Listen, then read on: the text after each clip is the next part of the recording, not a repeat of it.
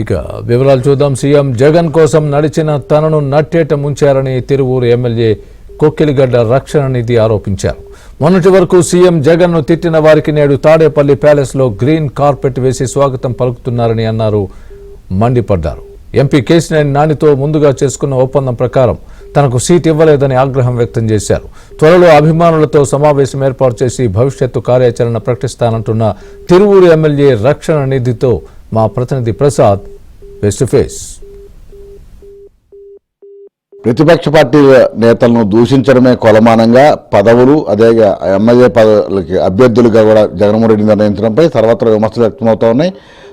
తిరువూరు నుంచి 2 సార్లు వరుసగా ఎమ్మెల్యేగా ఎన్నికైన రక్షణ నిధికి సీట్ లేకపోవడంపై ఆ పార్టీలోనే భిన్నాభిప్రాయాలు వ్యక్తమవుతా ఉన్నాయి. ఎట్లా చూస్తారు? అంటే 2 సార్లు మీరు ఎమ్మెల్యేగా ఎన్నికయ్యారు. 2014లో మీరు మాత్రమే పార్టీ కోసం అండగా నిలబడిన పరిస్థితి. ఈరోజు ఎందుకని మీకు సీట్ లేదనుకుంటున్నారు? సర్వేల ప్రభావం లేకపోతే ఇతర కారణాలు అనుకుంటున్నారు? దీనికి కారణం కూడా మా యొక్క ప్రజలు అనుమానం పడుతూ ఉన్నారు. ఏదైతే మనం బ్రహ్మాండంగా పనిచేస్తూ ఉన్నాం, 4 మండలాలు కేడరు ప్రజాప్రతినిధులు అందరూ కూడా మేమంతా నియమిటూ ఉన్నాం. ఈ సర్వేల్లో మాకేదో అనుమానం కలుగుతూ ఉంది, వాళ్ళు అడిగేటువంటి భాషలో తేడా ఉంది అని కూడా చెప్పడం కూడా జరిగింది. నేను వాళ్ళందరికీ కూడా అదేం ఉండదు, మనం అధిష్టానానికి ఇదేడిగా ఉన్నాం, పనిచేస్తూ ఉన్నాం, అధిష్టానం చూసుకొని చెప్పుకుంటూ వస్తూ ఉన్నాం, కార్యక్రమాలు చేస్తూ ఉన్నాం. కానీ మా యొక్క క్యాడర్ ఏదైతే చెప్తూ ఉన్నారో అది ఒక 20 రోజుల క్రితం పూర్తిగా డైరెక్ట్గా పలానా వ్యక్తికే కావాలని చెప్పమని వచ్చినటువంటి సర్వే వాళ్ళతో చెప్పించడం కూడా జరుగుతూ ఉంది. మా యొక్క క్యాడర్ అందరూ కూడా కోపంగా స్థానిక ఎమ్మెల్యే మా ఎమ్మెల్యే ఉండగా వేరే పేరు మీరు ప్రతిపాదిస్తూ ఉన్నారు, ఏంటి మీ యొక్క విధానం ఏంటి, మీరు ఎందుకు అడుగుతూ ఉన్నారు, కావాలని అడుగుతూ ఉన్నారు అని కూడా వాళ్ళని గట్టిగా కూర్చుంటూ కూడా జరిగింది. దాదాపు దశాబ్దం పాటు వైసీపీ కోసం జగన్మోహన్ రెడ్డి కోసం పనిచేసిన మీరు ఈరోజు ఈ విధంగా ఆవేదన వ్యక్తం చేయాల్సిన పరిస్థితి వచ్చింది. ముఖ్యంగా మొన్నటి వరకు కూడా జగన్మోహన్ రెడ్డి అవినీతిపరుడు, అరాచకాలు పాల్పడాడు అన్న వారందరూ కూడా గ్రీన్ కార్పెట్ పరిచి మరి ఇంట్లోకి ఆహ్వానిస్తుంటే నిబద్ధతతో పనిచేసి జగన్మోహన్ రెడ్డి నమ్మి మీలాంటి వ్యక్తులను కనీసం ఆ స్థాయిలకు కూడా ఆహ్వానించలేని పరిస్థితి ఎలా చూస్తారు? మాకు క్వాలిఫికేషన్ కూడా కావాలి అక్కడ, అది మేము చేయలేని క్వాలిఫికేషన్. మొట్టమొదటగా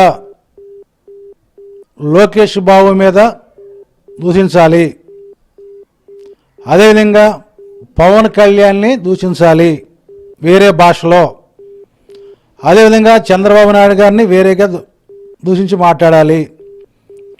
అలాంటి నా మనస్తత్వం కాదు. ఎందుకంటే నేను గ్రామ స్థాయి నుంచి కూడా గ్రామ సర్పంచ్గా వ్యక్తిగతంగా పార్టీలకు అతీతంగా టీడీపీ అవని ఆ రోజు కాంగ్రెస్ అవని నా వ్యక్తిగతంగా ఒక వ్యక్తి మంచోడని ఇరు పార్టీలు కూడా వేసి గెలిపించేటువంటి వ్యక్తి నేను.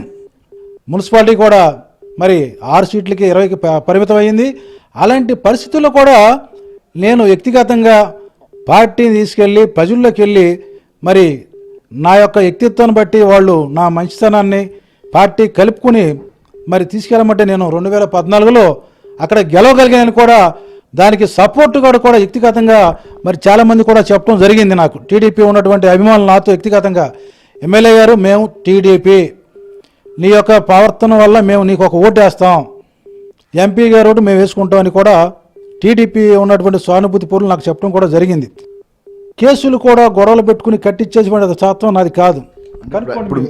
ఇప్పుడు మీకు ఇదే మీకు అడ్డంకిగా మారిందంటారు. ఎందుకంటే ప్రతిపక్ష నేతలని ఘాటుగా విమర్శించలేకపోవడం నా క్వాలిఫికేషన్లో లేదని నేను భావిస్తూ ఉన్నాను.